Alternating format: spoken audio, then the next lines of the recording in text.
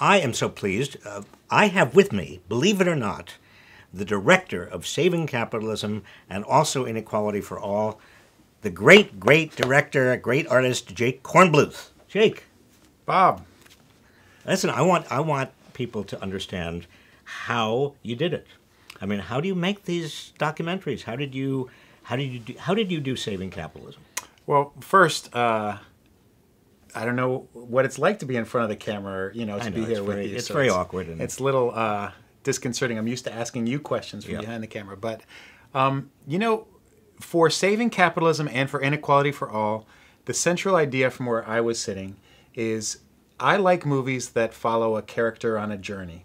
They're what you call character-based films. But there's also this sense of how do you communicate these big ideas, from economic inequality to what's wrong with capitalism and how we might fix it. And the trick to both films was to find a personal through line, your life, your journey in teaching, your journey in politics, and connect that to the larger story of what's happening to the economy and what's happening to economic inequality. So when we hit on that idea that, in some way following a character was important to how you hear the bigger story, that I wrote on the top of my board, I remember when we were making Inequality for All, that you have to believe the messenger to hear this message, that I wanted to understand who the person in the film was and to get to know them a little bit as I understood the story. When I got that idea, I felt like I had a way to tell an issue story that made some sense. Okay, now this gets us to an awkward question. You and I have talked about it a little bit before. This is the first time we've ever talked publicly and openly about it. In both movies, I think a little bit more in Inequality for All, I was worried that it was too much about me and not enough about the issues. And I, brought it up with you repeatedly. And how did you make that balance? What's the right balance between helping people to understand big issues through a character, like me, on the one hand, and having too much about that character? Well, you need some way to guide every single choice in the film. And what we landed on was that we needed a way into your personal story, but it couldn't feel just about you personally. In Inequality for All, we tracked a little bit this bully story that we land on, in which your friend, who was tragically killed when you were young, Mickey Schwerner. Mickey Schwimmer, we knew that that's where we were going. So we wanted some stories about your personal sense of fighting against the system, the sense of dealing with bullies. I wanted to track that feeling throughout the film on a personal level. So we got a little bit of your personal story, and you don't realize that it's sort of all about, standing up to the bullies until you reach that story. But when you do, it's a quite emotional experience. And for Saving Capitalism, for those of you who haven't seen it yet, we track... Make sure you see it. Please do see it. We track on Netflix. We track a journey of an incredible career in politics, one that started with in the late 60s, yeah, but you don't have for to various talk about administrations. That. No. But you tracked your personal experience in politics, tracked the changing in the country, the changing in the economy, the way the economy tracked over time. And we lay out that personal story and the story of the economy and hopefully have it feel seamless. One other question, just on those same lines. At the start of Saving Capitalism, you chose to start with my story about being a disc jockey in the summer of 1964 in Flint, Michigan, in which I played, because the station limited me, I played the same songs over and over and over. I could not depart from the top 10. I was going crazy with boredom, and I decided to give some money to people who would call in. This is before talk radio. You took that anecdote and you made it metaphoric about something much larger. Where did you get that idea, and how did that metaphor become so central? Well, there's two movies that we've made together, and both of them have had a similar journey for me. We started when we were making Inequality for All, and then again with Saving Capitalism, with the idea that we have to present the big story of what's wrong with the economy, these sort of massive overhead,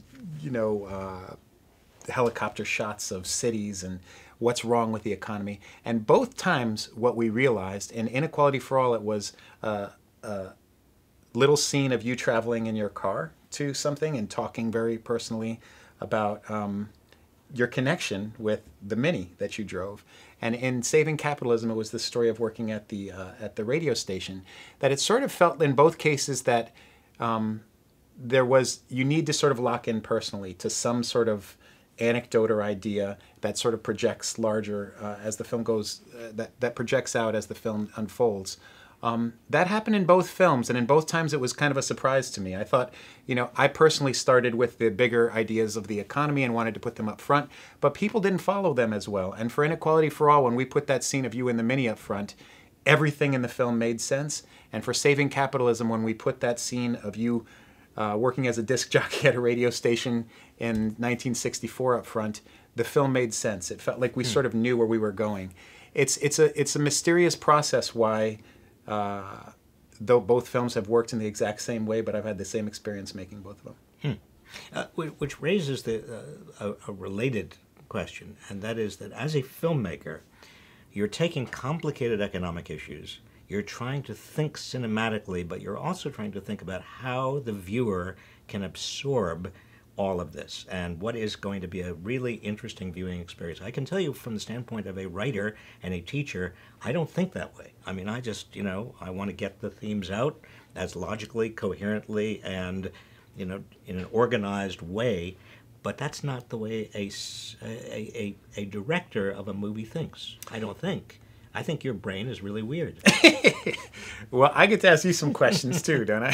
This is interesting being put on the spot. But, I think one of the interesting things is I think about questions, and in some ways I think you think about how to provide the answers.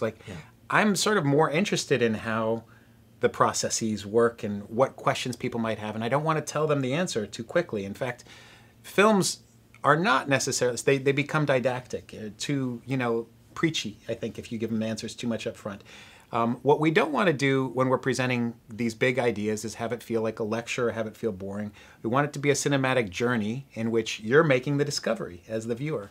So I've always liked questions, and I think that's kind of where I get my juice, Mm-hmm. But one of the fascinating things about this interaction and this collaboration is what a joy it is to try to take your ideas, the way you have, written your books and written your essays and sort of all of the stuff in there, and turn them into questions, turn them into something that becomes a film. That is incredibly gratifying when it works. It's also incredibly challenging. I will say your ideas are coherent. There's a certain flow to them. One thing leads to the next, leads to the next, leads to the next. And that create questions for each one of these things, or the way that an audience can make this discovery in a completely different way than they do in your books. That is challenging. What is it like for, could I turn the is it okay? No, I was supposed to interview you, but if you would like to, yes. And the answer is yes. How does the film Saving Capitalism, the answer is yes. How does the film Saving Capitalism and Inequality for All, and how do they feel different to you as the person who started with some of the ideas than the work that they're sort of based on? What are the fundamental qualities that you see as different? Well, I think Saving Capitalism is a darker film. Mm-hmm. And that's the one that is now on Netflix. I think it's a darker film in part because we're in a darker time. Mm-hmm. I think it reflects the darkness that a lot of people feel around us. And I think you did a wonderful job trying to end the film on an upbeat note of hope, and we can get out of this mess and get out of this nightmare. Inequality for All was filmed, it was based on writing that I did before, and it was filmed at a time when I think there was just more sense in the air that problems could be addressed, would be addressed. There was a lightness to it that is very different from the two films. The other big difference, and this is really a question for you, Inequality for All went out through the movies. It went out to movie theaters, hundreds of theaters, and then it went onto streaming video. Now it's on Amazon. You decided that you'd go directly with Saving Capitalism to Netflix, to streaming video. Why the difference? Well, One answer is we wanted this out quickly when we were making it. And we thought we were making Saving Capitalism to come out before the presidential election, when we started making the film when Hillary Clinton and Jeb Bush was the front runner. And we thought, and I thought the reason we were going to make the film was as a kind of warning sign about this coming anti-establishment wave that was going to change politics. Well, you and I remember we talked about this because in 2015 when we started filming Saving Capitalism, we were in, we were talking to farmers in the mid-Missouri, and they were talking about their trying to decide between not Hillary Clinton and Jeb Bush. They were trying to decide between Donald Trump and Bernie Sanders. That's right. And I remember thinking to myself, this is what? Yeah. Are you're trying to decide between Bernie Sanders and Donald Trump? They are different. They might as well be on different worlds, different planets.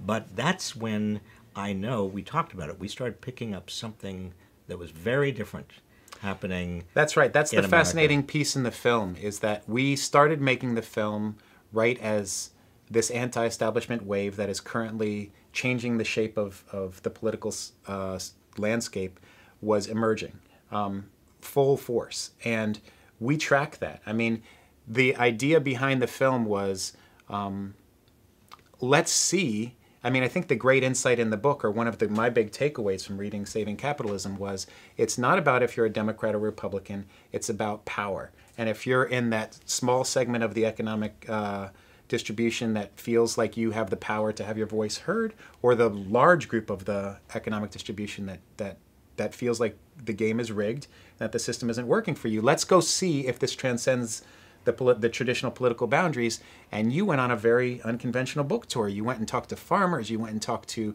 people who really didn't agree with you. And my interest as a documentarian was, what's going to happen? Are you going to get in fistfights? Are you going to find some agreements? Are you going to disagree? Agree? Or how's that going to work? And what I think we found was something amazing. We saw this change emerging. We saw the anti-establishment wave clearly when we were out there. I saw it. I felt it. I think you felt it as well. Well, it became we tried to put it in the movie. And it became pretty apparent, at least to me, and I think to you as well, that Donald Trump was going to win. And then the question is, from the standpoint of the film, what do you do? I mean, what we had to postpone, do additional filming. And then the question is, well, how does that change, or does it change the overall storyline? And I think it's to your great credit, you saw that the underlying storyline fit perfectly into, sadly and tragically, Donald Trump's win. And also, in a way, and this is something else, Jake, that surprised me and shocked me and in some ways was very, personally moving.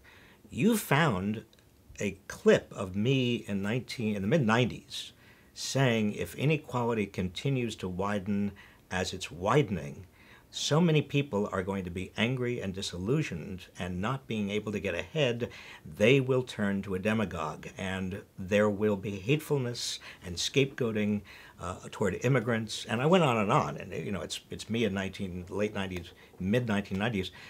I had forgotten that entirely.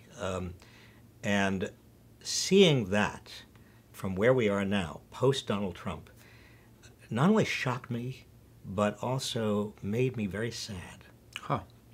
Well, one of the amazing things about having the opportunity to make a film like this is you see the moment you're in.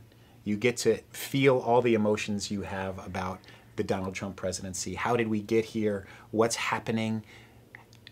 Did this come out of nowhere? And you get to step out in a film and try to put it in some context. It's a sort of a chance to sort of step out of the news cycle and see if we can get some perspective on how we got here in such a way that you can understand it enough to figure out how we get out of it. And that's really what we wanted to do with the film. I have to say, on a personal level, when Donald Trump won, when Donald Trump was elected, I felt a little bit unmoored as a filmmaker. I didn't know exactly what to do. I felt unmoored as a non-filmmaker. No, absolutely. On a personal level, politically, but in terms of the project, I felt like, how does this fit in? And one of the great joys of my working life was having the ability to pour myself into this film and figure out, work through all of those complex emotions I was having about him as a president personally in terms of understanding it from this larger perspective. And that's when we found that clip of you in the 90s. And that's when we sort of really locked in with, this is 40 years of changing the rules of the economic system bit by bit. But if you were looking at it and if you were tracking it throughout the time, you could see that this was cumulatively going to lead towards something in which people would feel disenfranchised and act out in some way. And then as you pose in the film, and something that you could really see clearly when you track these 40 years of rule changes is when you reach these populist moments, when you see so many people feel so frustrated, you have this precipice that you're on. Do you go towards positive social change in the form of Bernie Sanders, or do you go towards the demagogue of Donald Trump? Now,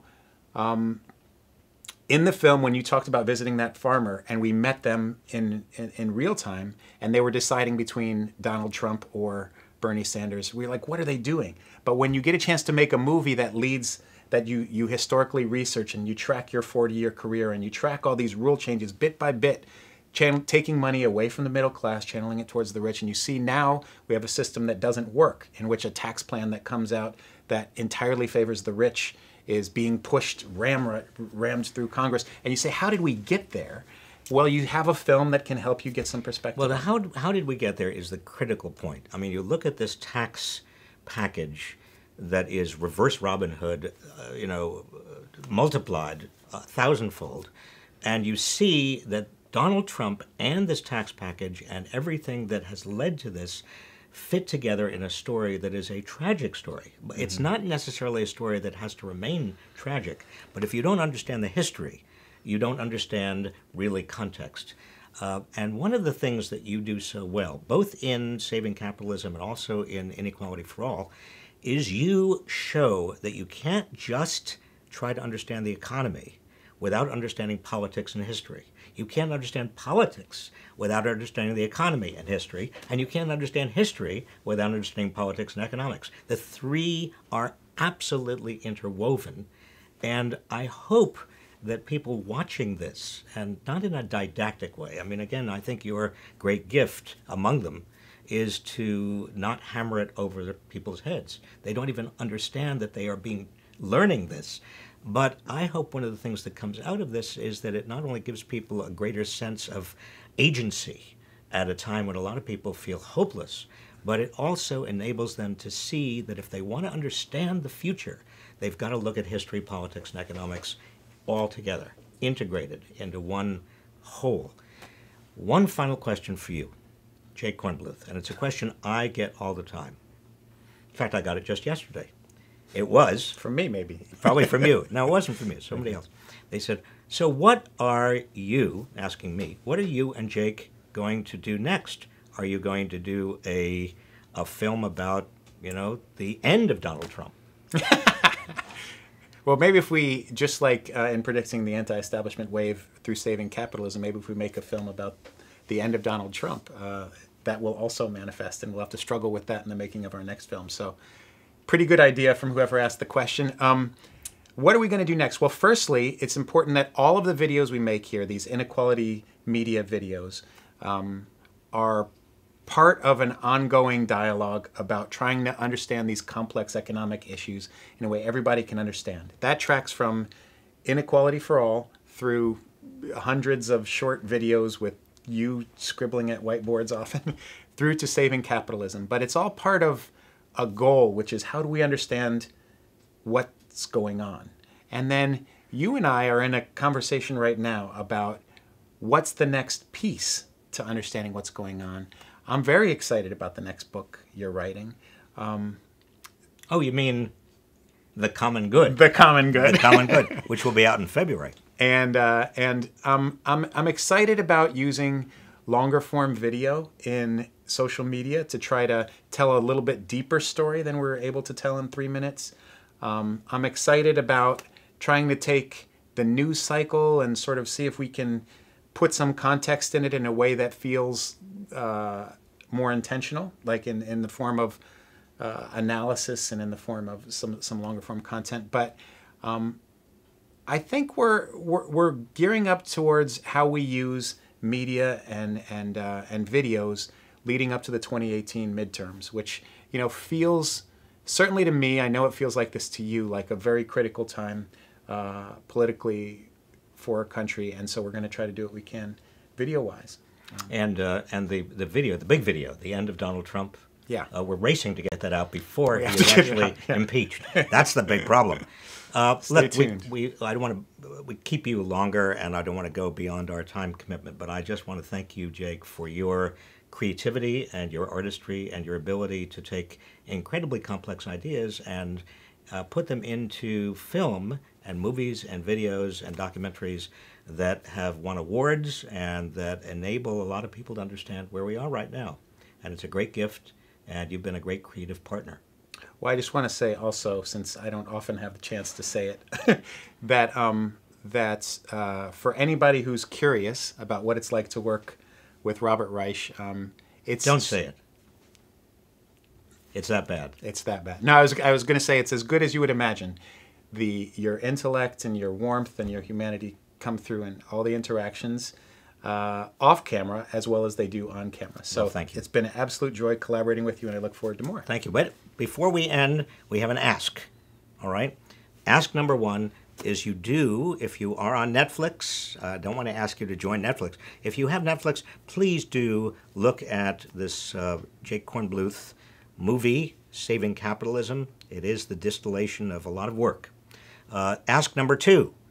We have on this page and through our videos and movies and documentaries done a lot. We want to do much more. Please see the link attached to this right now and make a contribution, if you possibly can, to Inequality Media. This is our nonprofit, and it enables us to continue to do a lot of the things we want to be doing to help you understand why we are in the mess we are in and what we can do to get out of this mess. Thanks. Thank you. Thank you. Thank you.